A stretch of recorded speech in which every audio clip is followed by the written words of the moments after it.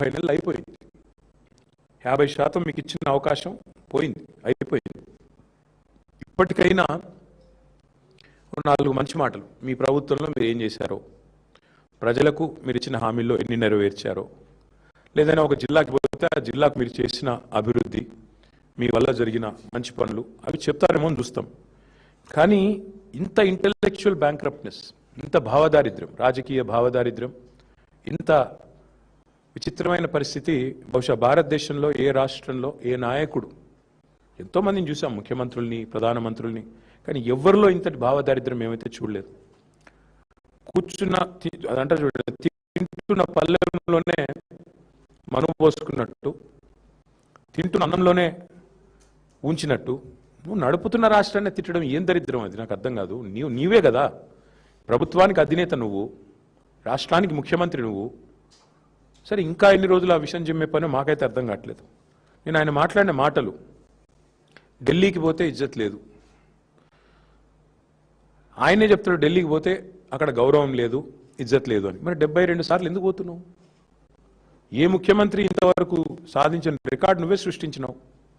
30 నెలల్లో 72 సార్లు అంటే సగటున నెలకు కనీసం 2.5 సార్లు ఢిల్లీకి పోతా ఉన్నావు. ఎవరు రమ్మంటున్నారు నేను? మరడా ఎందుకు పోతున్నావు?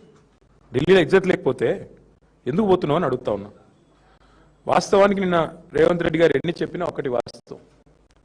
నా తెలంగాణ కోటి రతనాల వీణ అని దాశరథి గారు ఏదైతే ఆనాడు నిజామాబాద్ జైలు గోడల మీద రాశారో, అలాంటి తెలంగాణ కోటి రతనాల వీణ మాత్రమే కాదు, ఇప్పుడే మా శ్రీనివాస్ యాదవ్ గారు చూపెడుతున్నారు, 1 కోటి ఎకరాల మాగాని అని చెప్పి, మాగాణం అని చెప్పి రుజువు చేసింది కేసీఆర్ గారి నాయకత్వం.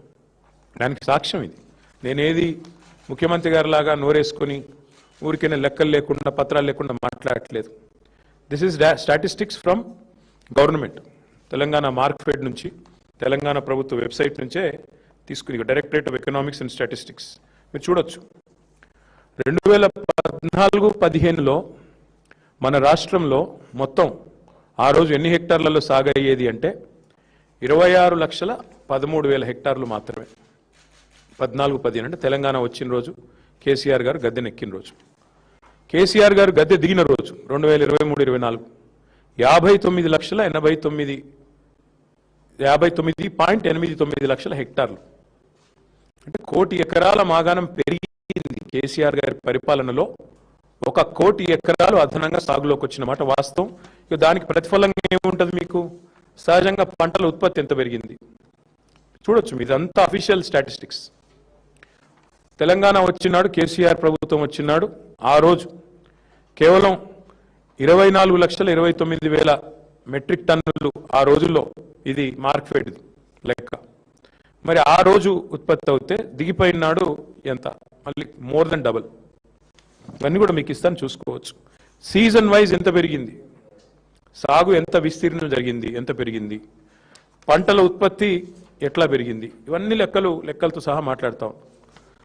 పరిస్థితి ఇట్లా ఉంటే రేవంత్ రెడ్డి గారు మరి ఎందుకు ఇట్లా మాట్లాడుతున్నారు?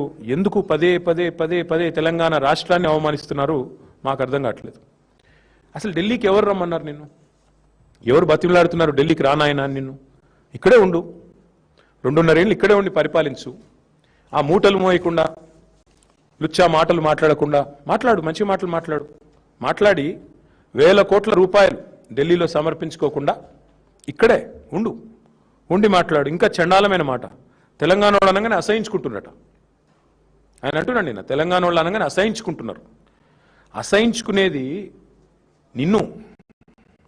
నువ్వు చేసిన దివాలాకోరు రాజకీయం, నువ్వు చేసిన వెధవ పనులు, ఓటుకు నోటు కేసులో దొరికిపోయిన విధానం, ఇవన్నీ నేను చూడగానే గుర్తొస్తున్నాయి.